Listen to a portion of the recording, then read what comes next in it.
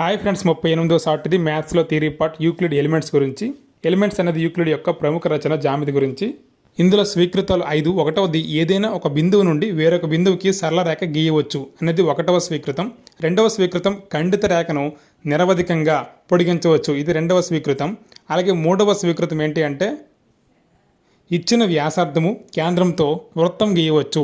వృత్తం గురించి మూడవ స్వీకృతంలో ఉంది. అలాగే నాలుగవ స్వీకృతం ఏంటి అంటే అన్ని లంబకోణాలు పరస్పరం సమానం. అన్ని లంబకోణాలు పరస్పరం సమానం, ఇది నాలుగవ స్వీకృతం.